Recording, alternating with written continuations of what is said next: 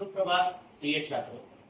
आज हम हिंदी की क्लास में एक कहानी सुनने वाले हैं, नैतिक कहानी, जिसमें हम सीखेंगे कि आप छोटे छात्र राष्ट्र निर्माता कैसे बन सकते हैं।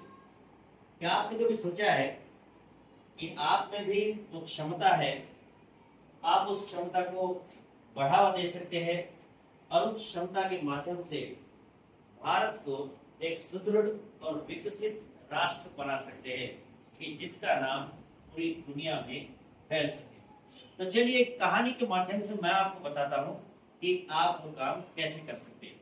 हमने हमारे आदरणीय राष्ट्रपिता महात्मा गांधी जी की कहानी कई बार सुनी है। अब बचपन से ये कहानी सुनते आ रहा हूं, लेकिन उस कहानी में मैं एक चीज बताना चाहूंगा आपको कि उन्होंने देश के लिए क्या काम किया है और वो काम आज भी क्यों जरूरी है।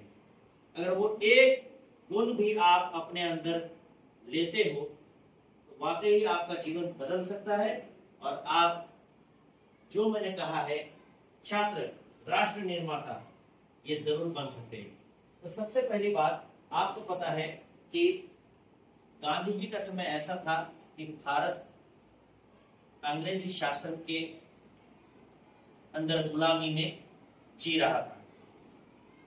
उस समय बहुत अत्याचार होते थे। तो महात्मा गांधी जी ने ये सोचा कि मैं इस देश के लिए काम करूं। सबसे पहला काम था उनका अहिंसा, यानी नॉन वायलेंस। आज बच्चों, ये जो गांधी जी ने बताया था तो ये बात अपने अंदर सबके होनी चाहिए, अहिंसा। जब आप सोचोगे कि मैं इस भाव को लूंगा, एक भाव है अहिंसा, तो आप देखोगे कि आपका मन बहुत शांत होगा। अहिंसा आने के बाद व्यक्ति क्या करता है, हर चीज पे फोकस करने लगता है, उसका मन एकाग्र होता है। तो बचपन में जैसे आप अभी छोटे हो तो आपके अंदर अहिंसा का भाव अगर उत्पन्न होगा तो आपकी पढ़ाई बहुत अच्छी हो सकती है। जैसे आपकी पढ़ाई अच्छी होगी, मार्क्स आपको अच्छे मिलेंगे, मार्क्स अच्छे मिलेंगे तो आपका फ्यूचर अच्छा होगा, ये सब चीजें। उसके बाद उन्होंने सत्य बोलने पर भी जोर दिया था। तो छात्रों में सत्य बोलने का ये गुण तो ज्यादा जरूरी है कि हमसे कोई गलत काम होता है तो उसको हमें एक्सेप्ट करना चाहिए कि मैंने कोई गलत काम किया है तो मैं उसे एक्सेप्ट करूंगा। उसके बाद उन्होंने कहा था कि देश को सुदृढ़ बनाने के लिए गांव को विकसित करना चाहिए।